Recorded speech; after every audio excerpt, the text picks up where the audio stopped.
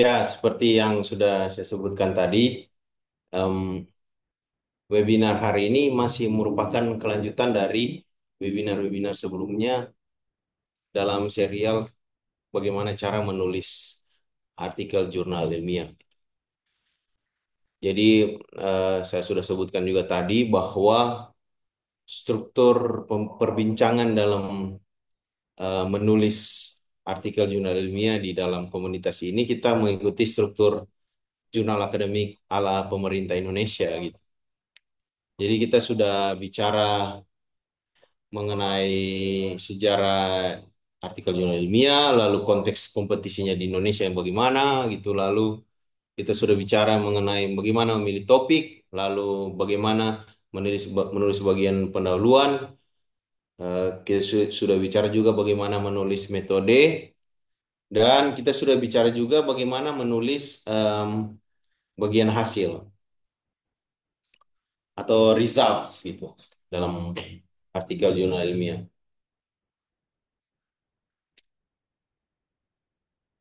Nah, sekarang kita masuk ke bagian selanjutnya, yang menurut saya bagian boleh dibilang bagian inti dari sebuah artikel jurnal ilmiah. Em, saya juga di beberapa waktu yang lalu di pertemuan-pertemuan yang lalu saya sudah mengatakan bahwa struktur-struktur ini, struktur artikel jurnal ilmiah ini di tingkatan internasional rasa-rasanya lebih fleksibel gitu. Hanya di Indonesia yang memang ada pendahuluan, introduction gitu yang ada judulnya, subjudul di artikel jurnal ilmiah, lalu ada metodenya, lalu ada results, lalu ada discussion. Beberapa jurnal ilmiah menggabungkan results and discussion gitu. Nah, cuman ini supaya lebih jelas bagi kita, eh, saya memisahkan menjadi dua, results lalu discussionnya bagaimana. Em, Sekarang kita masuk ke eh, bagian di mana, jadi teman-teman tidak perlu khawatir rekaman rekaman presentasi ini dan belasan rekaman yang lain itu ada di channel YouTube. Kontribusi bisa diakses di situ. Terbuka gratis dan saya selalu menginformasikan ke komunitas. Em, jadi seperti yang sudah sebutkan tadi bahwa bagian diskusi ini adalah bagian inti dari artikel jurnal ilmiah. Dan em, dia sudah pasti ada gitu. Walaupun mungkin di jurnal-jurnal internasional dia tidak pakai subjudul discussion gitu, tidak, atau diskusi, tidak, karena em, isi dari discussion ini merupakan fungsi dibuatnya artikel jurnal sebenarnya. Jadi artikel jurnal itu ada untuk menghadirkan diskusi. Dan saya berani berargumen bahwa eh, apa yang mau saya bicarakan ini itu sudah pasti akan ada di jurnal-jurnal gitu. Minimal jurnal yang benaran ya. Kalau jurnal-jurnal yang abal-abal ya apapun ada lah di sana kecuali diskusi gitu. Tapi bagian discussion ini atau bagian diskusi ini sudah pasti ada kalau memang jurnalnya betul-betul berkualitas gitu. Jadi ini betul-betul penting menurut saya. Seperti biasa saya masih mengikuti buku ini untuk membicarakan bagian ini. Judulnya You Can Publish Your Journal Article, Advice from Editors to Help You Succeed, diterbitkan oleh penerbit Sage. Penerbit Sage itu penerbit yang lumayan ternama. Um, Penulisnya Gilbert G. Jadi saya merujuk ke pandangan Gilbert G ini tujuannya supaya terstruktur aja bahwa apa yang saya bilang ini punya urut-urutannya dan saya punya rujukan yang jelas. Walaupun dalam banyak hal saya memberi banyak elaborasi berdasarkan pengalaman pribadi atau tulisan-tulisan lain yang saya baca gitu. Oke, jadi di hari ini em, kita akan berbicara mengenai tiga hal saja.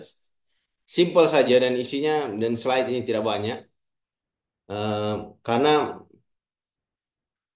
em, setelah saya renungkan bagian diskusi ini memang merupakan bagian yang eh, apa ya, selain dia penting, tapi memang sengaja diadakan untuk diletakkan hal yang sebenarnya selama ini kita ketahui gitu dan sudah kita diskusikan dalam komunitas ini dalam banyak kesempatan gitu. Jadi di hari ini kita bicara apa tujuan dan fungsi bagian diskusi dalam artikel jurnal ilmiah, lalu apa isi umum bagian diskusi. Jadi semacam standar umum gitu loh, kalau bagian discussion atau diskusi itu isinya apa aja gitu. Em, em, Walaupun mungkin tidak saklek gitu, artinya cuma ini saja yang ada di dalam situ, tapi di situ saya kira sedikit banyak, mungkin tidak semua, tapi sebagian besar isi umum yang saya sebut isi umum ini em, itu pasti ada di jurnal-jurnal. Jadi dan editor dan reviewer kalau mereka kerja baik gitu, pasti akan menuntut isi umum dari bagian diskusi yang saya mau sebutkan nanti ini. Lalu beberapa hal yang perlu dihindari, kesalahan-kesalahan yang perlu dihindari kalau menulis bagian discussion atau diskusi. Jadi secara sederhana, tujuan dan fungsi dari bagian diskusi dalam artikel jurnal ilmiah itu ialah memahami, menginterpretasi, dan menunjukkan kontribusi penelitian. Jadi itu sama dengan nama komunitas ini, kontribusi. Kenapa? Karena memang intinya di situ, inti dari academic writing itu menjelaskan, menyebutkan, menunjukkan secara jelas apa sih kontribusi penelitian atau kontribusi tulisan akademik ini gitu. Nah, bagaimana menulisnya ada nanti saya sebutkan di sini. Ini beberapa elaborasi lanjutan dari Gilbert G yang saya rujuk di saat ini. Em, jadi fungsi bagian diskusi itu kalau kita kembali lagi em, ke penjelasan yang mungkin lebih jelas dan lebih clear gitu, ialah untuk membantu pembaca memahami hasil penelitian. Jadi misalnya em, penelitian-penelitian yang sudah ada, data-data yang sudah terkumpul itu, lalu fungsi dan maknanya apa gitu untuk dipahami oleh pembaca. Jadi kalau misalnya di bagian results itu fungsinya untuk menyajikan data, maka di bagian discussion atau bagian diskusi itu fungsinya ialah untuk memberikan interpretasi. Ini interpretasinya bagaimana gitu. Interpretasi dari data-data yang sudah terkumpul. Lalu yang kedua, eh, fungsi dari bagian diskusi ialah menunjukkan apa hubungannya dengan hubungan dari hasil yang sudah dikumpulkan atau hasil penelitian atau data-data yang sudah dikumpulkan itu dengan interpretasinya dengan literatur-literatur yang sudah ada. Apa hubungannya gitu. Jadi di sini fungsinya bukan hanya memberi interpretasi, tapi juga eh, artinya bukan hanya menyampaikan fakta, tapi fungsinya untuk memberi interpretasi terhadap data-data yang sudah terkumpul. Nah, ini kutipan dari Edward Said. Dia bilang fakta yang ada, fakta yang sudah terkumpul, data-data mengenai fakta yang terkumpul itu harus dipahami dalam konteks yang lebih luas. Dalam hal ini konteks ilmu pengetahuan gitu. Saya kira ini yang mungkin yang membedakan dari apa ya, dari jurnalisme ya. Kalau jurnalisme kan fungsinya menyampaikan fakta gitu.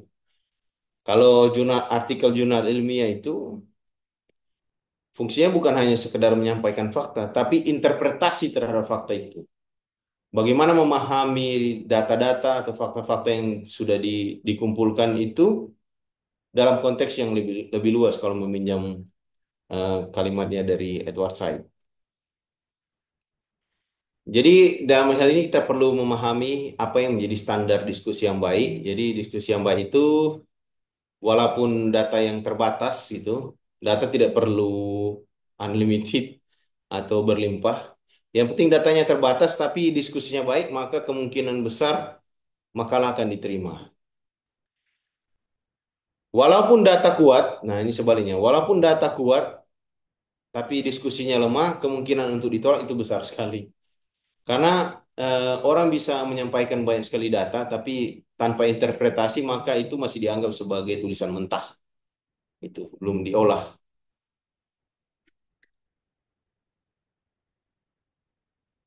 Nah, ini isi umum atau semacam struktur dari bagian diskusi. Hal-hal yang harusnya ada gitu kalau orang menulis bagian diskusi. Yang pertama nanti saya jelaskan em, satu persatu, tapi kalau mau dijelaskan secara umum, yang pertama bagian diskusi itu perlu ada ringkasan dan interpretasi dari hasil, jadi hasil penelitian. Di sini fungsinya ialah menempatkan hasil dalam konteks yang relevan dengan pengalaman pembaca atau ilmu pengetahuan yang sudah ada. Menginterpretasikan makna dari hasil penelitian, bukan hanya mengulangi hasil penelitian yang sudah disebutkan sebelumnya. Yang kedua, eh, isi atau struktur dari bagian diskusi ialah kontribusi terhadap literatur. Nah, ini sangat-sangat penting. Di sini penulis artikel menunjukkan bagaimana temuan penelitian yang sudah ada itu berkaitan dengan teori atau penelitian sebelumnya, atau misalnya praktik nyata yang sudah pernah direkam sebelumnya. Tujuannya ialah untuk membantu pembaca melihat manfaat dari penelitian ini bagi bidang mereka. Yang ketiga, struktur dari bagian diskusi atau isi umum dari bagian diskusi ialah kita menjelaskan implikasi penelitian. Tujuannya ialah untuk menyampaikan pertanyaan baru atau ide lanjutan yang muncul dari hasil studi. Bisa berupa implikasi bagi teori, kebijakan, praktik, atau penelitian selanjutnya. Ah, struktur lain lagi yang tidak kalah penting ialah keterbatasan. Jadi di dalam bagian diskusi perlu ada penjelasan juga keterbatasan dari artikel yang sementara ditulis. Tujuannya untuk mengakui apa yang bisa dan tidak bisa disimpulkan dari penelitian.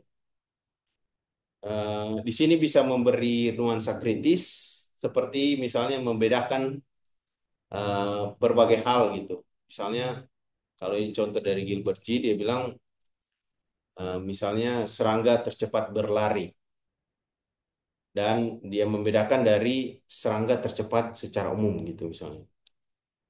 Karena keterbatasan objek ini hanya contoh dari Gilbert G. Tapi fungsinya dari keterbatasan ini ialah menjelaskan apa hal-hal, jadi batasan dari penelitian itu bagaimana dan interpretasi batasan interpretasinya sampai di mana gitu. Bagian terakhir dari discussion ialah menyoroti kekuatan atau strength, apa yang menjadi kelebihan dari interpretasi yang sementara ditulis itu. Em, Fungsinya untuk menyoroti aspek yang strong gitu, yang kuat dari desain, data atau pendekatan penelitian. Di sini bisa juga kalau kalau di bagian kekuatan studi ini bisa mendukung kontribusi atau dan di saat yang bersamaan mengimbangi kelemahan atau kekurangan dari penelitian yang sementara kita tulis gitu. Ini saya mau jelaskan satu persatu bagiannya. Uh, Jadi bagian diskusi dalam sebuah artikel ilmiah bertujuan memberikan gambaran besar atas temuan penelitian serta menekankan kontribusinya terhadap literatur yang ada. Biasanya bagian ini diawali dengan ringkasan singkat. Jadi ada satu dua paragraf ringkasan singkat yang mengingatkan kembali tujuan utama studi sebelum menjelaskan hasil secara rinci gitu. Jadi dimulai dulu dengan misalnya pertanyaan umum dari penelitian, lalu pertanyaan penelitian di dalam artikel yang sementara kita tulis, lalu kita menyebutkan apa spesifik penemuan yang sudah kita dapatkan gitu. Nah, tujuannya itu supaya ada semacam kontekstualisasi hasil. Jadi hasil yang sudah kita temukan, yang kita sebutkan sebelumnya, kita hubungkan kembali dengan pertanyaan penelitian. Dengan demikian, semua hasil-hasil penelitian yang sudah kita paparkan itu punya konteks yang jelas gitu dan dia punya semacam benang merah di antara temuan-temuan yang ada. Bagian yang kedua yang perlu ada yang penting sekali harus ada di dalam bagian diskusi adalah apa kontribusi kontribusi penelitian yang sudah dilakukan itu yang sementara ditulis ini untuk literatur. Jadi bagian diskusi itu bukan hanya merangkum, tapi juga menjelaskan mengapa temuan penelitian itu penting dan bagaimana kontribusinya dalam ranah akademik. Biasanya artikel yang gagal itu biasanya artikel yang selalu artikel yang ditolak itu biasanya artikel yang gagal menunjukkan kontribusi signifikan. Dan ini seringkali terjadi di saat proses peer review. Perlu ada semacam apa ya? Jadi perlu ditunjukkan secara jelas hal baru apa yang kita tambahkan ke dalam pengetahuan yang sudah ada misalnya di literatur sebelumnya. Itu penting sekali. Kalau orang Indonesia sering-sering mengulang bilang novelty-nya apa gitu. Kalau di kita bilang kontribusinya apa, apa yang kita tambahkan gitu. Bukan hanya mengulang penelitian sebelumnya atau hanya mengkonfirmasi penelitian sebelumnya, tapi kita harus menjelaskan apa sebenarnya hal baru yang kita tambahkan terhadap literatur-literatur yang ada sebelumnya. Di sini dalam proses menulis si Gilbert G ini menyarankan kita betul-betul harus harus state gitu, harus harus gamblang menjelaskan. Misalnya dia pakai istilah di study contributes atau penelitian ini berkontribusi untuk bla bla bla bla gitu. Lalu kontribusinya apa? First, second, satu, dua, tiga. Nah ini ada beberapa contoh yang bisa dipakai. Ada contoh yang dipakai oleh Gilbert G itu nih, saya mau jelaskan sedikit. Eh, Artikel yang meneliti bagaimana kesuksesan kampanye dari François Hollande ini. Ini mantan presiden Prancis. Dia lumayan berhasil itu melakukan kampanye, salah satu pimpinan Partai Sosialis di Prancis. Nah, ini artikelnya.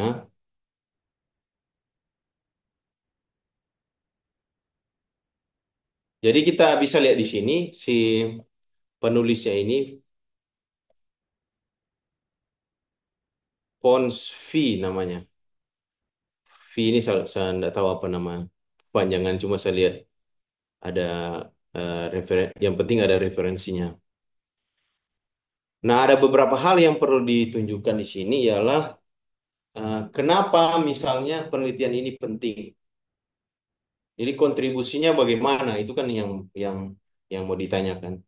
Di sini dia bilang, studi ini berkontribusi pada literatur besar tentang pendorong dan dampak komunikasi persuasif. Jadi eh, dia secara gamblang menjelaskan kontribusi eh, penelitian ini, kontribusi artikel ini apa? Yaitu kontribusi untuk bidang komunikasi persuasif. Dan bukan hanya berkontribusi untuk bidang itu, tapi dia juga memperluas memperluas itu ke dalam tiga arah penting. Jadi kontribusinya yang bagaimana? Ya tiga. Eh, pertama ini, lalu kedua ini, ketiga ini gitu.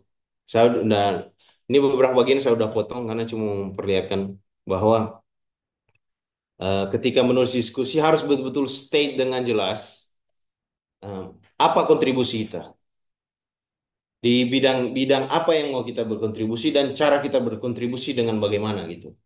Nah, di sini dia sudah tulis studi ini berkontribusi pada literatur besar tentang pendorong dan dampak komunikasi persuasif. Jadi dia berkontribusi di bidang ini, komunikasi persuasif, kajian komunikasi persuasif, dan memperluasnya dalam tiga arah penting. Jadi dia berkontribusi dengan memperluasnya ke dalam tiga arah penting. Jadi kalau menurut Gilbert G, contoh studi mengenai kampanye si François ini, dia memberi kontribusi signifikan pada literatur komunikasi persuasif dalam tiga hal. Pertama, studi ini dilakukan dalam skala besar dan tidak dikontrol ketat seperti eksperimen sebelumnya. Jadi, Eh, di dalam tulisan ini dia sudah menjelaskan bagaimana dia kontribusinya itu betul-betul signifikan. Ialah ini eksperimen dalam tingkat nasional, Bung. Jadi tidak bercanda ini. Risetnya bukan riset hanya satu dua orang atau satu dua komunitas, tapi risetnya tingkat nasional dan dia masuk sampai ke desa-desa gitu. Nah, ini kan memperlihatkan jelas bahwa saya berkontribusi untuk bidang itu dengan sesuatu yang lumayan bombastis gitu. Nah, lalu yang kedua, randomisasi pengumpulan datanya itu secara random dilakukan sampai ke distrik-distrik itu, semacam kelompok-kelompok kecil dalam masyarakat.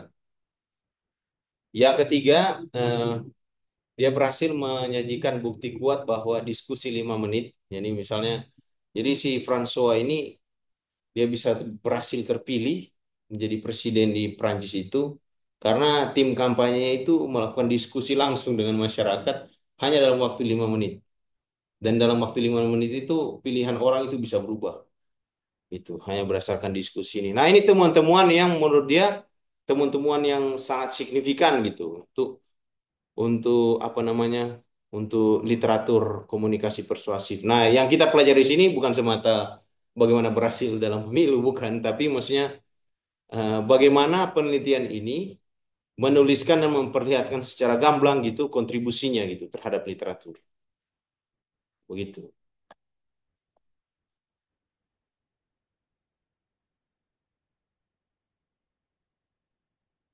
Jadi kalau misalnya studi-studi yang ada, misalnya dia kalau tidak punya yang disebut sebagai sinyal, jadi perlu ada sinyal yang jelas itu. Saya tuh berkontribusi ini, saya berkontribusi untuk bidang ini dengan cara ini gitu. Satu, dua, tiga, empat dan seterusnya. Tanpa ada itu kontribusinya jadi kabur. Jadi dalam banyak kasus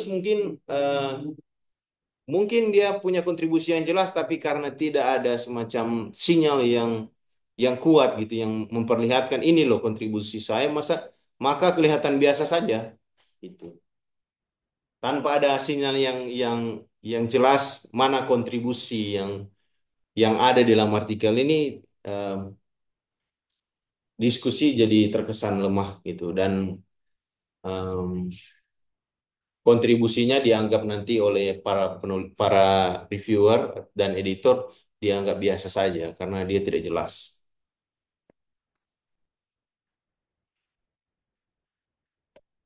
Lalu bagian yang ketiga yang perlu ada di dalam bagian diskusi adalah implikasi. Implikasinya harus jelas.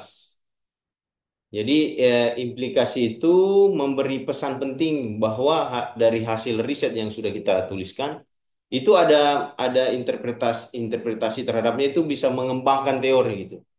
Jadi teorinya bukan hanya berulang-ulang mengulang-ulang teori, tapi teorinya bisa berkembang. Nah, bukan hanya teori yang bisa berkembang, eh, ada semacam ada implikasi yang lain, ya implikasi teori, kebijakan, lalu praktik atau tindakan real. Begitu. Jadi misalnya kalau kita mau menjelaskan apa implikasi teoritiknya, salah satu yang paling jelas ya menantang asumsi lama gitu. Jadi misalnya asumsi lamanya yang sudah ada, kita membuktikan dengan hasil penelitian yang baru bahwa mungkin asumsi-asumsi lama itu sudah outdated gitu, udah tidak cocok lagi misalnya. Em, Lalu implikasi kebijakan bisa ada rekomendasi praktis kepada pemerintah misalnya atau pengambil-pengambil kebijakan di dalam masyarakat. Nah, di situ perlu ada implikasi lain lagi yang bisa kita perhatikan misalnya ada kemungkinan implikasi lainnya misalnya implikasi dalam bentuk tindakan. Jadi tindakan apa yang bisa diusulkan gitu dari berdasarkan hasil penelitian dan interpretasi kita terhadap hasil penelitian itu. Ehm, Beberapa catatan mengenai implikasi di sini yang perlu kita ingat ialah em, perlu ada kesesuaian dengan jurnal. Jadi penekanan pada misalnya implikasi teoritik dan biasanya di situ kalau menulis artikel jurnal ilmiah makin dia spesifik dan rankingnya biasa makin tinggi, yang yang dicari di situ biasanya implikasi teoritik. Nah, kalau kita mau menekankan implikasi teoritik, itu harus disesuaikan dengan budaya disiplin ilmu dan jurnal tujuan. Jadi itu sangat sangat sangat kontekstual, sangat perlu menyesuaikan gitu. Karena ada beberapa jurnal yang memang tidak mau ada misalnya implikasi praktik atau mereka ingin implikasi praktik yang tertentu gitu yang sesuai dengan tradisi keilmuan dan tradisi bidang yang menjadi scope artikel jurnal itu. Contoh misalnya jurnal terapan, kalau jurnal yang sifatnya ilmu terapan itu sering mengharapkan rekomendasi kebijakan atau intervensi. Jadi perlu perlu lihat di situ, perlu memperhatikan secara jeli, baca artikelnya, nuansa mereka di situ bagaimana. Mereka inginnya implikasi yang bagaimana, implikasi yang sifatnya teoretika, kebijakan atau praktik gitu, atau mereka ingin tiga-tiga atau cuma dua gitu. Harus diperhatikan secara jeli oleh kita. Um, yang keempat, di dalam bagian diskusi itu kita perlu menunjukkan keterbatasan. Jadi keterbatasan penelitian kita atau keterbatasan analisis kita itu menunjukkan kejujuran ilmiah dan di saat yang bersamaan meningkatkan kredibilitas. Di situ juga menghindari penolakan Iya. karena reviewer menemukan kekurangan yang tidak disadari oleh penulis gitu. Ambilkan. Aku main. Lanjut,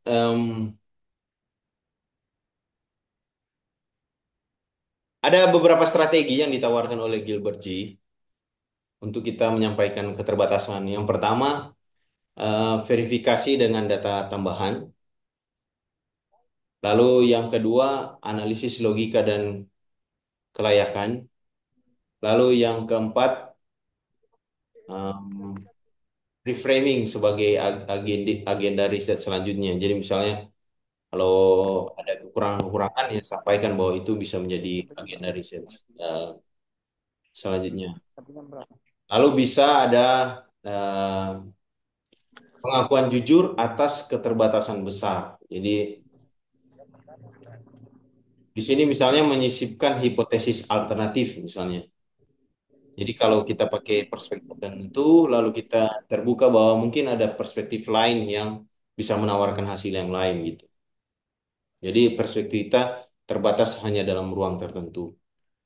Nah, pengakuan-pengakuan terhadap keterbatasan ini, misalnya menambahkan kredibilitas gitu bahwa kita mengerti bahwa kita sadar mengakui bahwa um, penelitian kita atau analisis kita itu terbatas gitu, tidak mewakili segala-galanya. Itu yang keempat. Nah, ini ada beberapa contoh, kita bisa lihat lewat saja. Em, Setelah kita memperlihatkan keterbatasan, kita bisa memperlihatkan kekuatan gitu. Jadi penulisan bagian strength atau kekuatan ini, penelitian kita sebaiknya dilakukan setelah membahas limitation atau keterbatasan, agar pembaca dapat memahami keterbatasan dalam konteks yang seimbang itu memberi keseimbangan. Jadi contoh yang disajikan oleh Gilbert G dalam buku yang saya rujuk ini, ya berasal misalnya dari studi tentang keterlibatan politik remaja. Studi tersebut menyebutkan tiga keterbatasan utama. Satu, masalah recall. Jadi eh, ini mungkin bisa menjadi apa ya? Karena kan kalau merecall, mengingat kembali peristiwa-peristiwa lalu dari partisipan ini, mungkin ada ingatan yang tidak sempurna gitu, yang tidak lengkap. Em, itu keterbatasan pertama, lalu keterbatasan yang kedua, ketidakmampuan mungkin dari partisipan itu, ketidakmampuan membedakan antara pengalaman langsung dan tidak langsung. Lalu yang ketiga, hanya mempertimbangkan remaja yang melaporkan pengalaman tertentu. Jadi kalau bicara keterlibatan politik remaja, em, mungkin tidak bisa mengcover semua remaja, hanya remaja-remaja tertentu gitu. yang memiliki pengalaman politik tertentu. Nah, setelah itu ada tiga kelebihan atau kekuatan dari studi mengenai keterlibatan politik remaja. Ialah studi ini merupakan yang pertama melakukan self-determination theory untuk memahami pengaruh kejadian sipil sehari-hari terhadap ketertarikan remaja. Jadi pertama kali menggunakan teori SDT, self-determination theory. Lalu desain penelitian bersifat longitudinal, jadi dalam waktu yang panjang, yang meningkatkan validitas temuan. Lalu yang ketiga, di dalam tulisan katanya menurut Gilbert G tidak dijelaskan secara rinci apa kekuatannya, tapi disebutkan bahwa ada kekuatan tambahan lain gitu. Nah, ini apa ya? Beberapa contoh, satu contoh saja untuk menjelaskan bahwa jumlah keterbatasan dan kekuatan penelitian kita tidak harus misalnya seimbang. Nah, misalnya eh, kalau ada keterbatasan penelitian kita tiga, lalu kekuatan juga harus tiga, ya tidak harus begitu. Yang penting menurut Gilbert ialah keduanya, dalam hal ini keterbatasan dan kekuatan itu, dibahas secara thoughtful. Maksudnya secara teliti, secara mendalam, dan reflektif. Menutup bagian diskusi dengan kekuatan penelitian dapat memberi kesan positif terhadap kontribusi ilmiah dari studi kita. Namun perlu diperhatikan bahwa tidak semua disiplin ilmu menulis bagian strengths atau kekuatan secara terpisah. Kekuatan mungkin dapat diintegrasikan dalam pembahasan keterbatasan. Jadi langsung gitu ada keterbatasan A lalu kekuatannya A gitu loh. Mengalir aja diskusinya. Ringkasnya, pembahasan mengenai kekuatan itu bertujuan untuk menunjukkan nilai ilmiah dan kontribusi penelitian meskipun masih terdapat kekurangan.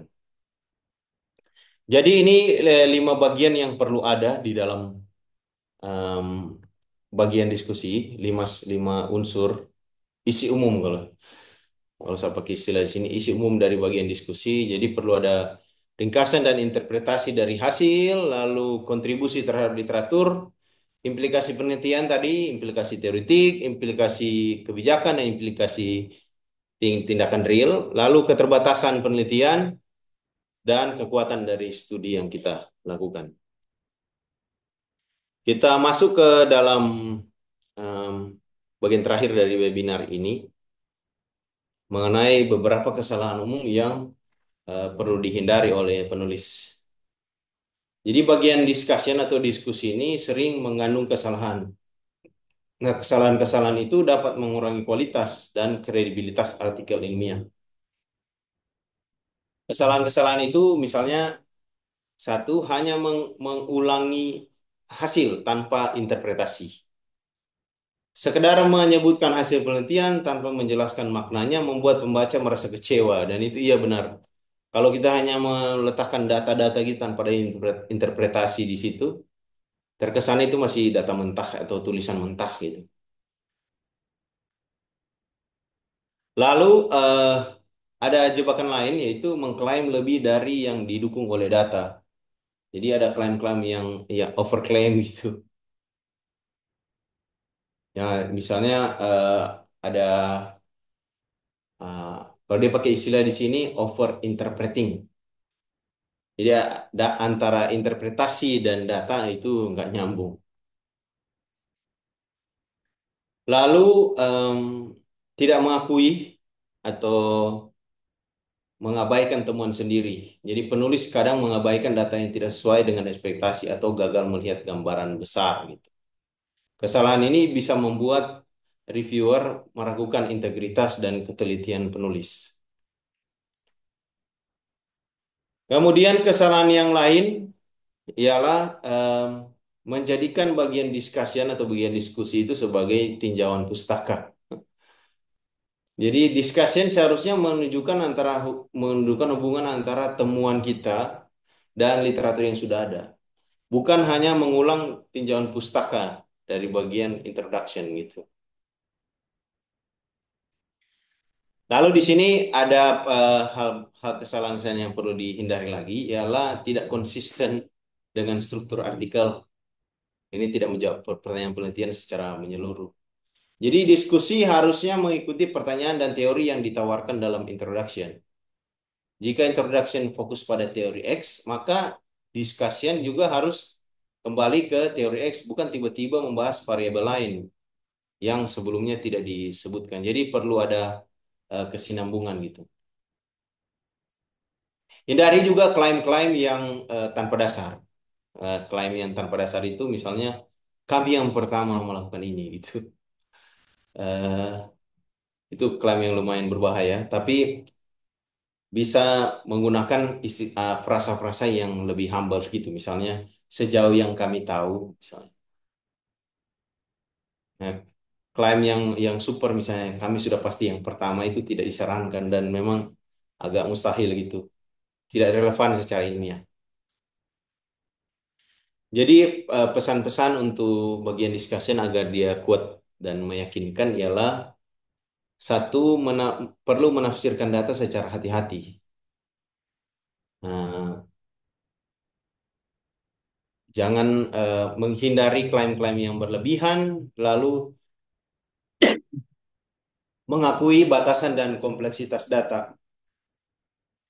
Fokus pada kontribusi temuan terhadap literatur, bukan sekedar meninjau ulang, lalu menjaga konsistensi dengan seluruh bagian artikel, kemudian menyatakan kebaruan secara realistis. Ini penutup, seperti yang saya sudah sebutkan tadi, diskusi ini merupakan puncak dari artikel riset yang sudah kita tulis itu. Jadi diskusi itu bukan sekedar pelengkap, tapi juga sebenarnya, tapi dia merupakan penentu artikel kita itu diterima atau tidak.